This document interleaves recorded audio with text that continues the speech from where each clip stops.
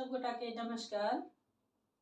हम रीता झा आई जानकी नवमी के अवसर पर एक प्राति गीत लग आयल छी।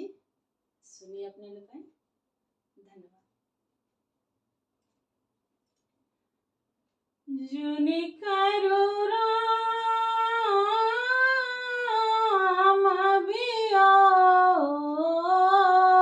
गहे जान के, जुनि करो राम बियो, जुनि करो राम बियो गहे जान के, जुनि करो राम बियो।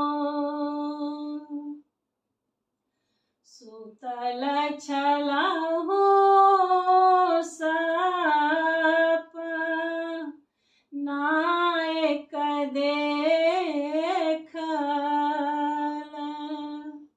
सुतल छला हो सप नायक देखल, स्वप्न देखल जगो तहे जान के, जुनि करो राम बियो, जुनि करो राम बियो गहे जान के, जुनि करो राम बियो। दुई पुरुष हम अबैत देखल, दुई पुरुष हम अबैत देखल, एक श्यामला एक गो रहे जान के,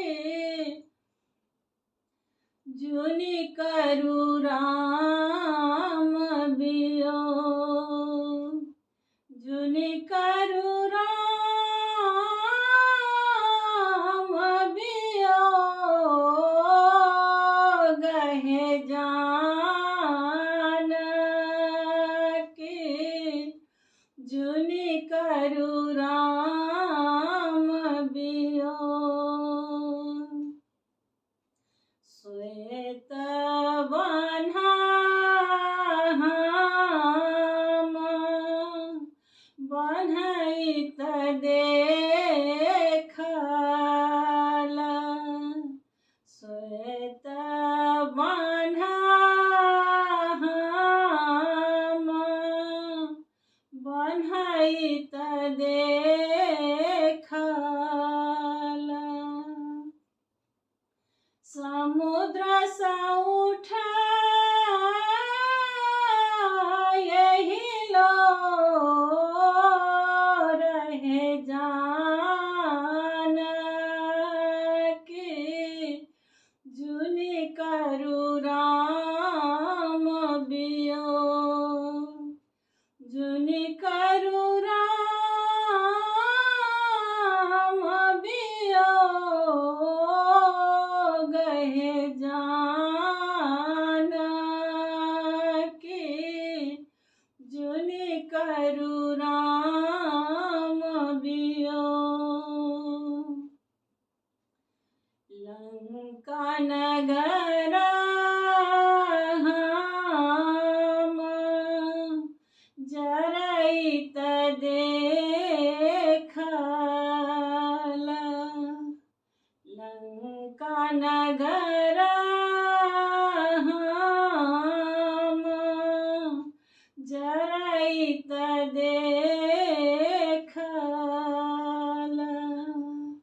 निश्चर कर किलो लहे जान के जुनि करु राम बियो जुनि करु राम बियो गहे जान के जुनि करु राम बियो सूरदासा प्रभु तुम्हारे दरस को सूर